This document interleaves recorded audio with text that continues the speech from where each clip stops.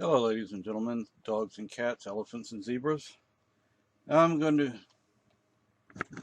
show you my long hunter's clothing, or at least the way it is right now. The leggings leave a lot to be desired at this point, but I'm still going to show you. I feel like Jerry Seinfeld when he on his TV show when he went on PBS with a puffy shirt.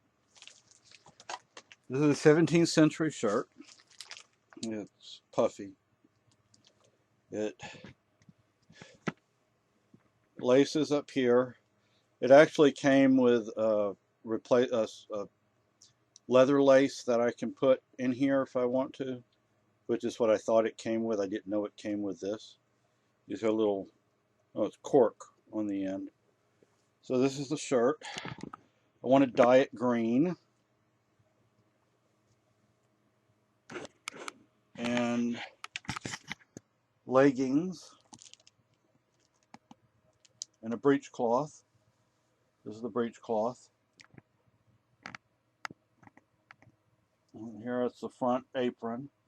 And the leggings, I have those fastened with leather lace. The instructions for the, oh, you actually get to see me with a shirt on for once. The instructions for the leggings were kind of vague, so I wasn't really sure what I was doing. Like I said in another video, I've had all this stuff for a while. I just decided that it was time to take it all, take it out and start working on it. The leggings and the breechcloth are both made out of the same material. It's a three band wool, like from a wool blanket, I guess, or at least back in the day it would have been a wool blanket that they would have cut up. The breechcloth I thought came with like a silk or cotton liner that I would sew in because it said it was in a kit. Well, it didn't have that, so I'm gonna have to eventually, and it's not going to be anytime soon, buy a maybe a silk scarf from James Townsend and Son. And no, these did not. This what I'm wearing did not come from James Townsend and Son. I think it came from Crazy Crow Trading Post, which is in Texas somewhere, Pottsboro, Texas, I think. But I do have some stuff from James Townsend and Son, and that's good stuff too. That's really good stuff. But the thing is, this is wool, and the shirt's not wool. I don't remember what the shirt is. I think it's linen. But now I do have a silk scarf from James Townsend and Son. I'm not sure where it is.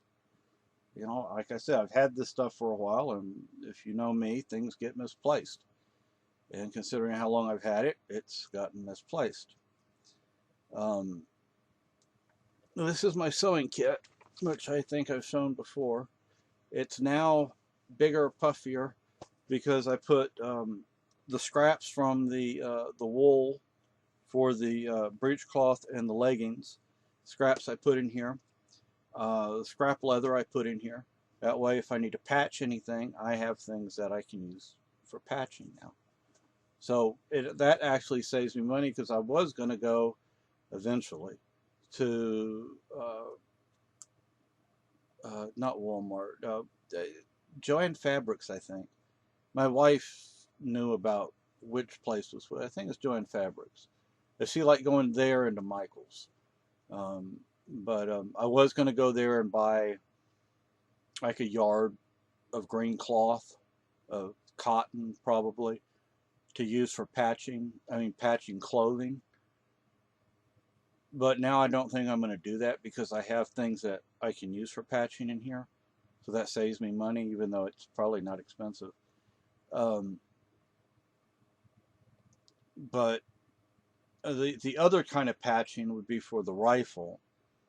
Whenever I decide to start working on that again. I can show the barrel's in the kitchen because I coated it with bacon grease. So I can show you. I still like the wolf paw. I think I did a really good job with that. Have that.